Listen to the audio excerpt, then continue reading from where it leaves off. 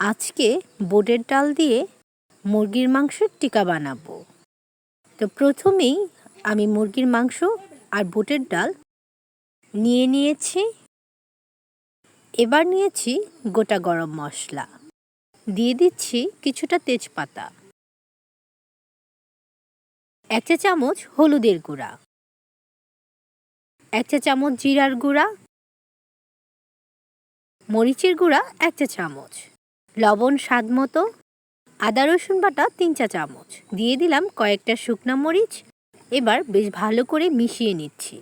অল্প পরিমাণের তেল দিয়ে দিলাম। বেশ ভালো করে মিক্সড করার পরে এবার কিছুটা পানি দিয়ে জাল করে নিচ্ছি। পানিগুলো একদম শুকিয়ে ফেলেছি,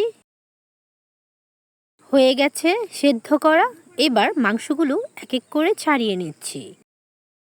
সবগুলোকে এবার হাত দিয়ে একসাথে মিক্সড করে নিচ্ছি।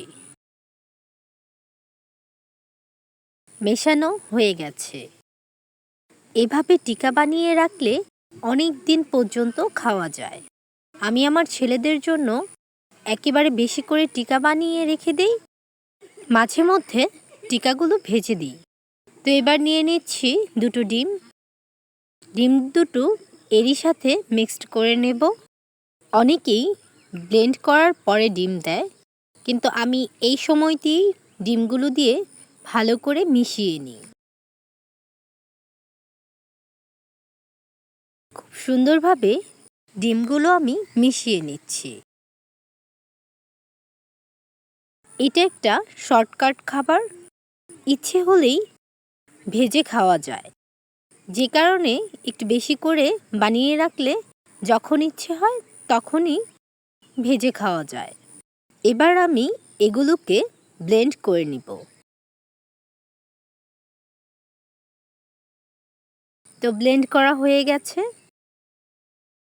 কেউ চাইলে মাংসটা হালকা ব্লেন্ড করে নিতে পারে, আবার একেবারে মিহিনও করে ফেলতে পারে। আমি একেবারে মিহিন করে নিয়েছি। এবার এক এক করে গোল গোল করে নিচ্ছি। টিকা বানানো হয়ে গেছে। এবার তেলে এক এক করে ভেজে নিচ্ছি। টিকাগুলো লাল লাল করে ভেজে নিব। খেতে খুব ভালো লাগবে, মচমচেও হবে। তো লাল লাল করে ভাজা হয়ে গেছে।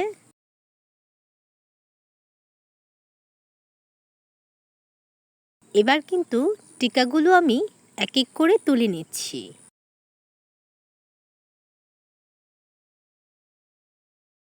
এভাবে গরম গরম টিকা খেতে কিন্তু বেশ ভালো লাগে। হয়ে গেল টিকা ভাজা। তো কেমন হয়েছে বন্ধুরা?